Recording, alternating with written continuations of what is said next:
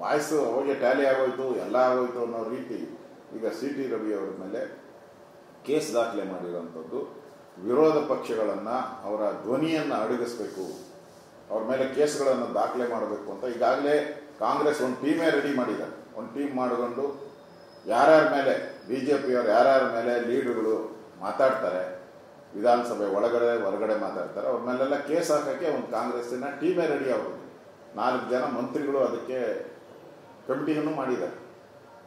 ಆ ಕಮಿಟಿಯಲ್ಲಿ ಇಟ್ಕೊಂಡು ಇವರು ಎಲ್ಲರ ಮೇಲೂ ಕೇಸ್ ಹಾಕುವಂಥ ಕೆಲಸವನ್ನು ಮಾಡ್ತಾರೆ. ಇವರೇನು ಶಾಶ್ವತವಾಗಿರ್ತಾರ? 2 ವರ್ಷ ಅಷ್ಟೇ. ಆಮೇಲೆ ನಿಮ್ಗೆ ಇದೇ ಥರ ತಿರುಗುಮಾಣ ಆಗ್ತೈತೆ ಅನ್ನೋದು ಎಚ್ಚರಿಕೆಯನ್ನು ಕೊಡ್ತಾ ಇದ್ದೀನಿ.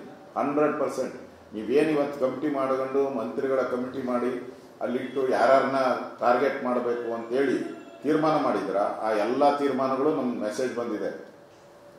ನೀವೇನು ತೀರ್ಮಾನ ಮಾಡ್ತೀರಾ ಅಂತ ನಮಗೂ 5 ನಿಮಿಷದಲ್ಲಿ ಅಲ್ಲಿಂದ ಮೆಸೇಜ್ ಬರ್ತದೆ. ಈ ಥರದ ದ್ವೇಷದ ರಾಜಕಾರಣ ಇತಿಹಾಸದಲ್ಲಿ ಮಾಡಿಲ್ಲ.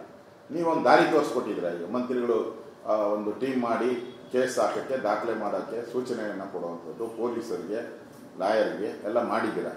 100% ನಮ್ಮ ಸರ್ಕಾರ ಬಂದಾಗೂ ಇದೇ ಥರ ಮಾಡ್ತೀವಿ. ನೀವು ಯಾರ್ಯಾರು ಮಾಡಿದ್ದೀರಾ, ಈಗ 4 ಜನದ ಕಮಿಟಿ ಮಾಡಿ ಕೇಸ್ಗಳನ್ನು ಹುಡುಕ್ತಾ ಇದ್ದಾರೆ. ನಿಮ್ಮ ಮೇಲೂ ಇದರ ಅಪ್ಪ ಅನ್ನೋ ಕೇಸ್ಗಳನ್ನು ಹುಡುಕಿ ಹಾಕುವಂಥ ಶಕ್ತಿ BJPಗಿದೆ. ಯಾಕಂದ್ರೆ ನೀವು ಇಲ್ಲೊಂದೇ ಕಡೆ ಇರೋದು, ನಾವು ಕೇಂದ್ರದಲ್ಲೂ ಇದ್ದೀರಿ, ಇರ್ತೀರಿ, ಮುಂದೆ ರಾಜ್ಯದಲ್ಲೂ ಬರ್ತೀರಿ. ನಾವು ಅವಾಗ ನಿಮ್ಮ ಕತೆ ಏನಾಗ್ಬೋದು ಅಂತ ಯೋಚನೆ ಮಾಡಿ. ಹಿಂದೆ ರಾಮಕೃಷ್ಣ ಹೆಗಡೆ ಅಂತವರು, ವೀರೇಂದ್ರ ಪಾಟೀಲ್ ಅಂತವರು ಈ ರಾಜ್ಯವನ್ನು ಆಳಿದ್ದಾರೆ. ಯಾರು ದ್ವೇಷದ ರಾಜಕಾರಣ ಮಾಡಿಲ್ಲ. ಮೊದಲ ಬಾರಿಗೆ ಕರ್ನಾಟಕದಲ್ಲಿ ಈ ಥರದ ದ್ವೇಷದ ರಾಜಕಾರಣ ಮಾಡೋ ಮುಖಾಂತರ ಪರಂಪರೆ ಹಾಕಿದ್ದೀರ. 100% ನಿಮಗೆ ಇದಕ್ಕಿಂತ ಡಬಲ್ ಕೇಸ್ ಅವತ್ತು BJP ಹತ್ರ ಬಂದು ಬೆಗ್ ಮಾಡಬೇಕು ನೀವು. ಆ ಥರದ ಪರಿಸ್ಥಿತಿ ನಿಮಗೆ ಬಂದೇ ಬರುತ್ತೆ. ಈ ಎಚ್ಚರಿಕೆಯನ್ನು ಕೊಡ್ತಾ ಇದ್ದೀನಿ. ಸಿ.ಟಿ. ರವಿ ಮೇಲೆ ಹಾಕಿರುವಂಥ ಕೇಸ್ ಏನಿದೆ ಅದನ್ನು ಕೂಡಲೇ ವಾಪಸ್ ಪಡಿಬೇಕು ಅನ್ನೋ ಆಗ್ರಹವನ್ನು ಕೂಡ ನಾನು ಮಾಡ್ತಾ ಇದ್ದೀನಿ. ಈಗ ಕಳೆದ ಬಾರಿ ನಾಗಮಂಗಲದಲ್ಲಿ ಆಯಿತು, ಏನು ಉಸ್ತುವಾರಿ ಸಚಿವರು ಇದ್ದಾರೆ ಅವಧೇಶ, ಈಗ ನೋಡಿದ್ರೆ ಮದ್ದೂರು. ಸೊ ಇನ್ನು ಮುಂದೆ ಇಲ್ಲಿ ಯಾಕಂದ್ರೆ ಮಂಡ್ಯದಲ್ಲಿ ಈಗಾಗಲೇ ಹನುಮಧ್ವಜ ಇಳಿಸಿ ಅದು ಕೂಡ ಬಹಳಷ್ಟು ದೊಡ್ಡ ಮಟ್ಟದಲ್ಲಿ ಕೂಡ ಚರ್ಚೆ ಆಗಿದೆ. ಮೊದಲು ಅವರು ಮಲೆನಾಡು ಪ್ರದೇಶವನ್ನು ಟಾರ್ಗೆಟ್ ಮಾಡ್ಕೊಂಡಿದ್ರು. ಚಿಕ್ಕಮಗಳೂರು, ಮಂಗಳೂರು, ಉಡುಪಿ, ಕಾರವಾರ ಈ ಭಾಗದಲ್ಲಿ ಅವರು ಟಾರ್ಗೆಟ್ ಮಾಡ್ಕೊಂಡಿದ್ರು. ಈಗ ಅದನ್ನು ಮಂಡ್ಯ, ಮೈಸೂರಿಗೆ ವಿಸ್ತರಣೆ ಮಾಡ್ಕೊಂಡಿದ್ದಾರೆ. ಇಲ್ಲೂ ಕೂಡ ಅವರು ಒಂದು ಪ್ರಯೋಗ ಶಾಲೆಗಳನ್ನು ಓಪನ್ ಮಾಡ್ಕೊಂಡಿದ್ದಾರೆ.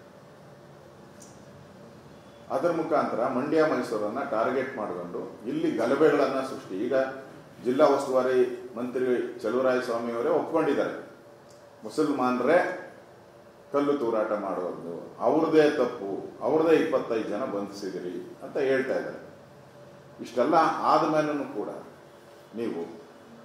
ನಾವು ಡಿಮ್ಯಾಂಡ್ ಮಾಡಿದ್ದು ಅವರು ನೀವೇ ಜಿಲ್ಲಾ ಮಂತ್ರಿನೇ ಒಪ್ಕೊಂಡಿದ್ದೀರಾ, ಪೊಲೀಸರು ಕೂಡ ಅದನ್ನೇ ಹೇಳಿದ್ದಾರೆ ಸ್ಟೇಟ್ಮೆಂಟು. ಇದುವರೆಗೆ ಯಾಕೆ ವೇಟ್ ಮಾಡ್ತಾ ಇದ್ದಾರೆ? ಅವ್ರು ಗುಡ್ ಆಕ್ಟ್ ಹಾಕಿ ಒಳಗಡೆ ಹಾಕ್ಬೇಕಾಯ್ತಲ್ಲ ಅವ್ರಿಗೆ. ಯಾಕೆ ಅವ್ರನ್ನ ಬಿಡಿಸ್ಕೊಂಬರೋಕ್ಕೆ ಏನೇನು ಕೇಸ್ಗಳು ಹಾಕಬೇಕು, ಕೋರ್ಟಲ್ಲಿ ಅವ್ರಿಗೆ ಹೆಂಗೆ ಬೇಲ್ ಸಿಗಬೇಕು, ಅದ್ರ ಬಗ್ಗೆ ಚರ್ಚೆ ಮಾಡ್ತಾ ಇದ್ದಾರೆ ಅಷ್ಟೇ.